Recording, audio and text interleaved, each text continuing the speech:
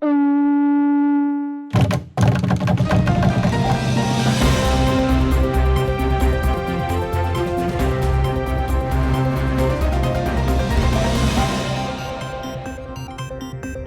headlines: Solomon Islands is expecting 3 tropical cyclones during the cyclone season of November 2024 to April 2025. Tagi Hospital renovation and incinerator facility project launched, and the Ministry of Provincial Governments and Institutional Strengthening and its partners launched the local climate adaptive living facility in Honiara. Hello, you're watching SIBC's TV News Bulletin. I'm Sharon Nanau. Solomon Islands is expecting 3 tropical cyclones during the cyclone season of November 2024 to April 2025. The cyclone season in the country runs from November until May each year. Small storms can quickly build into tropical cyclones, bringing with them winds in excess of 200 km per hour, drenching rain and large waves. Elisa Kukutu reports. Solomon Islands is expecting 2 to 3 tropical cyclones during the cyclone season of November 2024 to April 2025. Director of the Solomon Islands Meteorological Service, David Hiriasia, confirmed this to the local media on Friday. He said as the expected number of cyclones is an increase from the previous year, the risks associated with them are also higher. For 2024, start today, Kasim Law, end of April next year, you may expect him 2 to 3 cyclones for this fall season. A little bit increase, 1 to 2 to 2 to 3 cyclones this season. That's the expectation. The past season, similar seasons of previous years, go back, as we say, him also saw that one fall cyclone of that fall season have also intensified Kasim category 3. So, combined law risk analysis of this fall season, because you may get 2 to 3 cyclones have increased from last season, and therefore risk you may for Solomon Islands have go from normal to a little bit elevated, a little bit high compared to previous cyclone season. Meanwhile, Director of the National Disaster Management Office, NDMO, Jonathan Tafiariki, encourages the public to always listen out for weather information during the cyclone season. You mean like for encouraging more the people blame me, for make sure or must check them now weather information daily, especially for those who are about doing water travels. I think weather informations blame me and always got the newspapers and also SIBC blame me with them or the other radios blame me. And now you can also access those weather information the website blota and the FB page blota. So you encouraging people for always check weather information before doing any activity, especially movement, travel got. And you miss have a time cyclone season come, and a lot of heavy rain happen. So I'm not really requiring cyclone for really fully developed to be a category 1 or category 2 or so. But during the wet season, we got a lot of heavy rainfall and likely associate with them any formation or any cyclone or so. So this one also posing threat, especially for people who live lot of floodplain areas and close lot of rivers. Elisa Kukutu for SIBC TV. Tagi Hospital renovation and incinerator facility project launched. The total estimated cost of the entire renovation project stands at $8.5 million Solomon dollars. Alfred Pakepitu attended the launch and filed this story. The Solomon Island government, in partnership with World Bank, officially launched the newly renovated Tagi Hospital in Central Islands Province on Friday. The event, which coincides with the launching of a new incinerator project, marks a significant step in enhancing healthcare infrastructure in the Solomon Islands. Deputy Secretary for Healthcare, Dr. Gregory Jeleni, says the launching demonstrates the government's commitment to improving healthcare services in the country.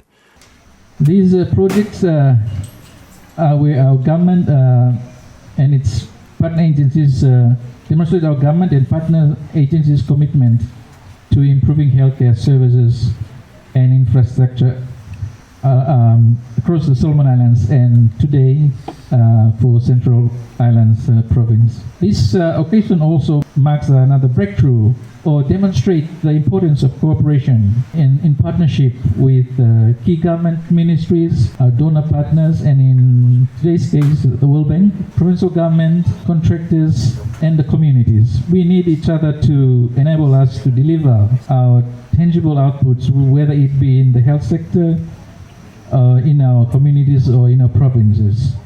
Central Province Premier Michael Saleni says the new facilities will enhance healthcare services in the province. We gather here this morning to witness the handing over of the renovated buildings, which for many years to come will continue to transform the healthcare service delivery to our people and, of course, the hospital incinerator project. As a Premier of this province, I, on behalf of my government and the people of Central Province, am deeply honored and humbled to stand on this podium to convey our heartfelt thanks and gratification. World Bank representative Wen Ivara says the opening of the facility is a symbol of cooperation when development partners work together. The opening of these facilities is more than just a celebration. It's a reminder of what can be achieved when people and when organizations work together on a shared vision of a healthier and more resilient future for all. With the new incinerator, you now have the means to manage waste responsibly and sustainably, ensuring that hazardous materials are handled with care and with the precision they demand. It's an investment not only in the safety of our community, but in the health of our environment. Tagi Hospital, one of the oldest in the country and has served the community since 1912. Currently, it provides care for over 30,000 residents from Tulagi and nearby islands. Alfred Pangepitu for SIBC TV. A national tsunami exercise will be conducted as part of the World Tsunami Day commemorations. Elize Kukutu reports. Solomon Islands, in partnership with the Pacific Tsunami Warning Center, will be conducting a tsunami exercise, the Pacific Wave, on the 5th of November 2024. The exercise will be conducted with the country's national tsunami exercise, the Island Wave, which will also be a part of the World Tsunami Day commemoration. The exercise will see the participation of tsunami service providers and agencies around the region, allowing authorities the opportunity to test their capabilities in enhancing tsunami preparedness. Deputy Director of the National Disaster Management Office, George Baragamu, confirmed this to local media on Friday. The National Tsunami Exercise here, by him go along with the one for the Pacific-wide tsunami exercise here. Yeah, so every year you meet Sabe Kolem na what the Kolem region and Pacific Wave exercise. Yeah, this one him regional Pacific tsunami exercise blue Milo Pacific region. Yeah, also. Now this year, by him Kolem watu this was the same exercise. Yeah, exercise Pacific Wave, but we him water short tip exercise Pac Wave. Yeah, in short. This year, by him Kolem by him Yumi Holem and for Yumi Solomon Islands it will be special because by him also use him as a commemoration Yumi celebrate him the International Tsunami Day. Yeah? So for Yumi Solomon Islands what by him do na by him fala try for test him na the different systems and processes below Yumi normal or technical government agencies and different communication links below Yumi. Yeah? So what essentially for this exercise, what by for interest below Yumi normal for Yumi making him clear is that as long as we follow our technical agencies receiving that information or that convey, then bawata send them out that information there. Also how we follow during real time. The general public are encouraged to be part of the tsunami exercise. What we follow need him normal, you may like for test him na reach. Yeah? This time, with the advancement of technology, people access low mobile phone, internet, and also we want to revalidate test me for dream last time. Before like for survey, where lo country and now people receiving information from, yeah? Awesome. So what we requiring from the general public would be time you receive information or you hear him, by you text him come back na, some fala detail lo mobile number by you hear him, bagata give him go, yeah? So that me fala survey that man lo place awesome him receive him na information low time awesome, yeah? So that me fala like for test him reach means lo where you hear him, plus also timing him important for me fala dream some fala analysis lo time group what analyzing na in what hazard information time receive him, time what send him out lo computer block what go out there, and time man him receive him lo hear him, yeah? Me fala like for dream some fala analysis spot lo early warning blow him lo tsunami, yeah? For SIBC TV, I'm Eliza Kukutu. The Ministry of Provincial Government and Institutional Strengthening and its partners launched the local climate adaptive living local facility in Honiara. Local will deploy performance-based payments to finance locally led climate adaptation projects identified by communities and provincial governments, ensuring that resources are directed to where they are needed the most. Ian Kaukui with the details. The Ministry of Provincial Government and Institutional Strengthening and its partners launched the local climate adaptive living facility in Honiara on Friday. The $128 million project is expected to help Solomon Islands with climate change mitigation and disaster risk reduction. Speaking at the launching, Minister of Provincial Government, Honourable Wayne Gemu, acknowledged the New Zealand Government and the European Union for funding the project. As we gather here once again to witness the launching of a record SBD $128 million for the local climate adaptive living facility to support climate change adaptation in the 9 provinces. On behalf of the Solomon Islands government and the 9 provinces who are all present here today, I extend the Ministry's sincere appreciation to the government and people of New Zealand and to the member states of the European Union for the combined funding to our provincial governments to finance climate change adaptation and resilience building. Meanwhile, Acting New Zealand High Commissioner to Solomon Islands, Her Excellency Rebecca Williams, says the project is important to help Solomon Islands communities strengthen their resilience to climate change. This important event today contributes not only to building Solomon Islands' national resilience, but also to the global efforts discussed on the world stage at COP. The climate emergency, and I use the word emergency rather than climate change, is the single greatest challenge facing the Pacific. Rising sea levels, unpredictable weather patterns, and climate-induced natural disasters is felt most deeply in local communities. This is why New Zealand is committed to climate action in the Pacific. In 2022, we made a $6.5 billion Solomon dollar climate finance commitment. Over 50% of this funding is to support Pacific Island countries adapt and protect communities against the impacts of climate change.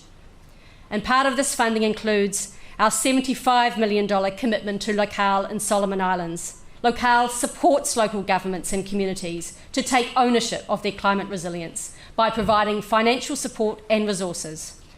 It brings climate finance directly to the local level. The integration of Locale into the existing Provincial Capacity Development Fund builds on an existing system, and this is important for sustainability, and it means that all 9 provinces will have the opportunity to benefit from engagement with and support from the program. Meanwhile, European Union Ambassador to the Pacific, Her Excellency Barbara Plinkett, assures U.S. continuous support towards addressing climate change issues in the country. It's really an honor to be here today to represent the European Union at the launch of the local climate adaptive living facility in Solomon Islands.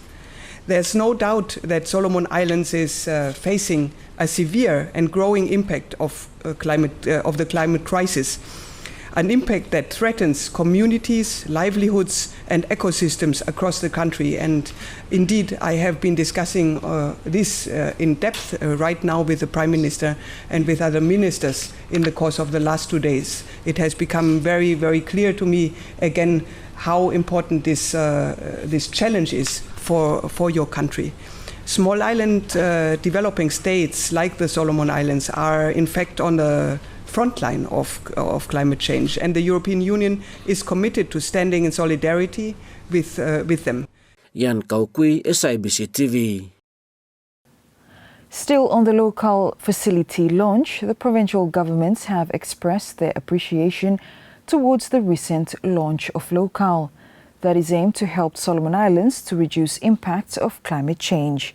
Speaking on behalf of the 9 provincial premiers, Premier of Guadalcanal, Honorable Willie Atu, says they believe the project will also help the rural communities to understand better how to mitigate and when it comes to the climate change issues.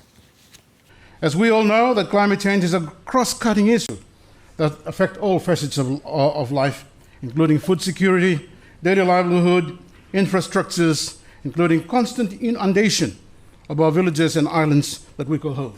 It is happening now. Solomon Island has the largest or the highest sea level rise per year, if it's not in the world, 8 millimeters per year. Yet, despite that, our proximity to these challenges, subnational governments are often left out of the picture when it comes to climate finance. Much of our available funding bypasses subnational systems altogether, leaving local governments without the resources they need to act decisively. This is where Local Climate Living Facility, or LOCAL, steps in. We believe that LOCAL will support and empower provincial governments to assist in building more resilient communities. We believe that through this partnership, additional support and performances-based grant funding will be available to provinces over the next 4 years. With the support of this program, provinces, wards, and communities will become equipped with the capacity to understand the risks and impacts of climate change and the tools to integrate resilience into every part of their planning processes and system. Mr. Atu says they are also pleased to know that the project will be implemented through the Provincial Government Capacity Development Fund, which will help manage the project well. Some of the provinces are now working with local through the ward development committees and the provincial team to identify projects, which includes coastal protections to combat sea level rise and coastal erosion, improve infrastructures to manage flooding, and raised floor classrooms to keep students safe from floodwaters. We, the premiers, the political premiers of the leaders of the provinces of Solomon Islands, are representing 85% of the population of the country, who are the frontiers in bearing the brunt of the effect of climate change each day. We would like to sincerely thank the donors of the local program in Solomon Islands and for your interventions. The launching of the local program saw the signing of the participants' agreement with the 9 provincial premiers and the Minister of Provincial Government, Honorable Wayne Gemo. The Ministry of Agriculture and Livestock has launched the Coconut and Cocoa Revolving Fund. Eliza Kukutu reports. The Ministry of Agriculture and Livestock has launched the Coconut and Cocoa Revolving Fund in Honiara on Wednesday. The fund aims to provide financial support to registered cocoa and coconut buyers, traders and farmers in the provinces. Launching the fund, Minister for Agriculture, Honorable Derek Wasi, said they hope to boost production capacity and quality of cocoa and coconut through the fund. This CCRC embodies these priorities by fostering growth in the cocoa and coconut sectors, supporting indigenous enterprise, and laying a foundation for long-term economic resilience. Through this fund, the Ministry of Agriculture and Livestock aims to uphold principles of transparency and accountability. The Cocoa Coconut Revolving Fund Oversight Committee will ensure that farms are allocated with integrity, reaching those who can make the greatest impact. The oversight speaks to our commitment to responsible governance as we implement this initiative for the benefit of our communities and our country. With the CCRF, we look forward to enhancing not just production capacity, but quality and competitiveness in Solomon Islands, cocoa and copra. Our local buyers, traders, and farmers deserve a platform that enables them to reach global markets, invest in essential tools, and improve operational efficiency. Minister Wasi encourages farmers and producers to utilize the fund. To our cocoa and coconut producers, traders, and all stakeholders here today, this fund is for you. Utilize it.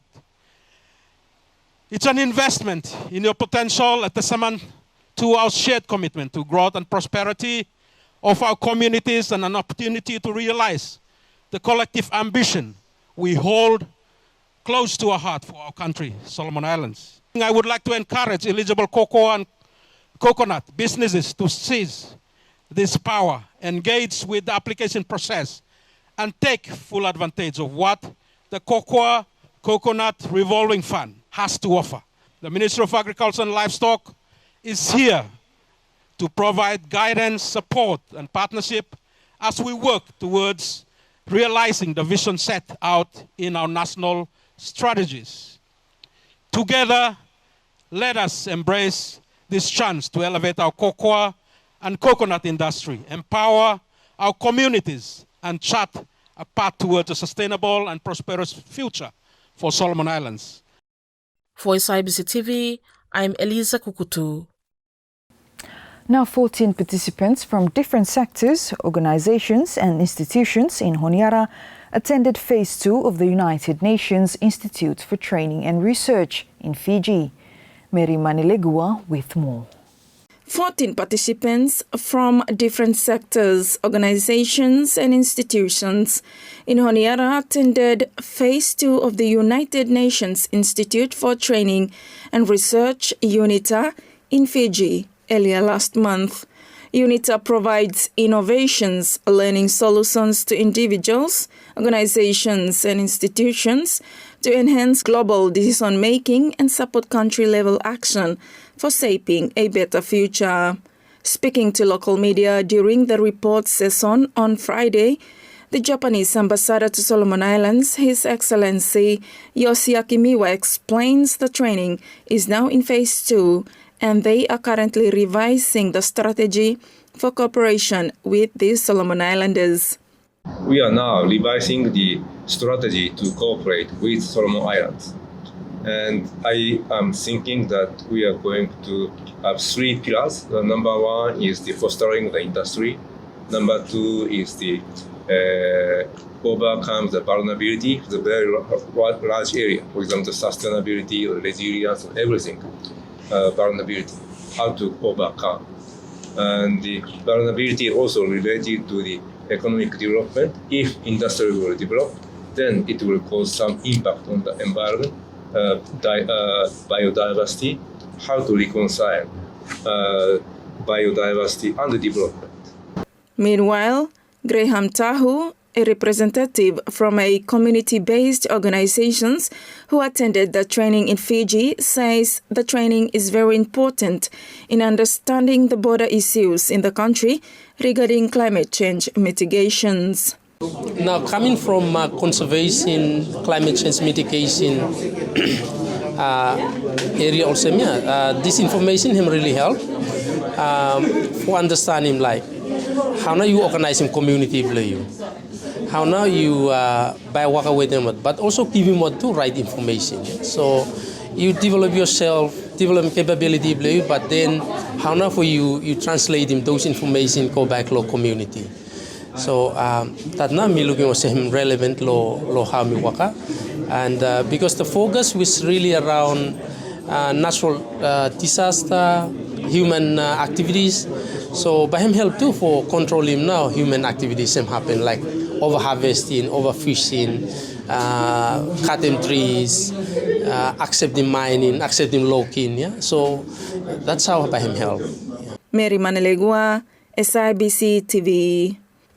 An official handover ceremony for livelihood materials was held at the Chinese embassy in Honiara.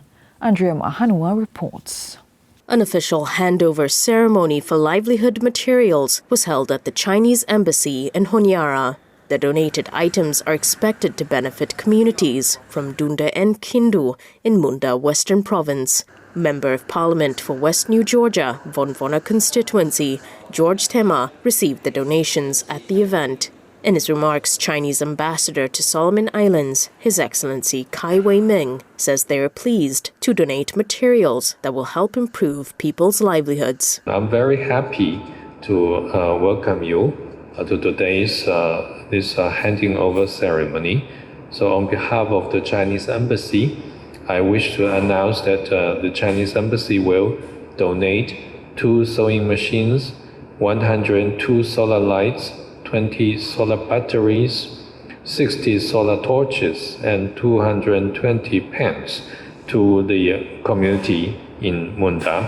We hope these items will help improve the daily lives and working conditions of the local community. Meanwhile, Minister George Tema acknowledged China for its support. On behalf of our constituents and especially the people of Munda, I'd like to say thank you on behalf for the gift. Definitely this will benefit our people, and the cooperation between this embassy and my people is something important. We will treat this as an honor and gift from your people. Speaking to local media after the event, Mr. Tema explained the materials will be given to communities that need it the most. Sharing of things also must go across the board, one for. So if this one me take him for lawyer Chinese embassy and give him as a gift and me give him out to certain people, then others here maybe buy the CDF me have to buy for that. Because bakit needed to some embassy buy no cover everything. CDF by no cover everything too. But I think you may look those that are really in need for you me give him out the first time. And then maybe second round come, others must have a take. So. Andrea Maahanwa for SIBC TV. Descendants of workers taken from Solomon Islands to Fiji are retracing their roots. Johnny Teamo, a fourth-generation Solomon Islands descendant, has been on a journey to uncover his roots in the country. Speaking to SIBC News, Mr. Teamo explains that his great-great-grandfather, late Timothy Dongai, was brought to Fiji in the early 1900s. My great-great-grandfather that came from 1900, name is Timothy Dongai.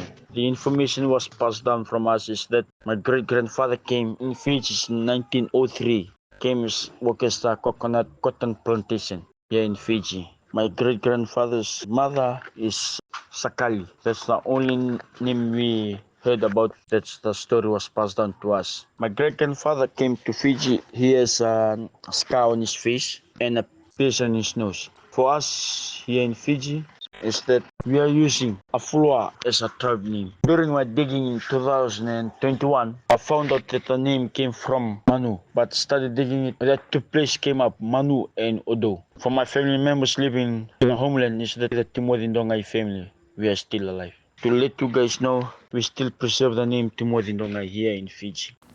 Mr. Temo was assisted by New Zealand resident and fellow Solomon Islander Louis Auga during his search for answers. Mr. Auga says his own family experience had motivated him to lend a helping hand. I felt like I had to assist Johnny with his historical background, what his ancestors went through. I have a similar story that it's a bit similar to his. My grandfather was taken in the blackbirding times to Australia to work in the sugarcane factories. His name was Peter Abofa from North Malaita, Malu. So I felt in my heart that I needed to assist the brother and that I have information that he could need. So I reached out to him. I strongly believe it is very important that Johnny and his extended family in Fiji return home to reconnect with his tribe and people. When I think about what his great-great-grandfather and my great-great-grandfather went through, I could only imagine the pain they would have went through back in those those days working in the sugarcane plantations and being many miles away from home. It would have been very hard on them. And that's news. Follow us on sibconline.com.sb and our SIBC News Facebook page for more of our latest stories. Thanks for watching.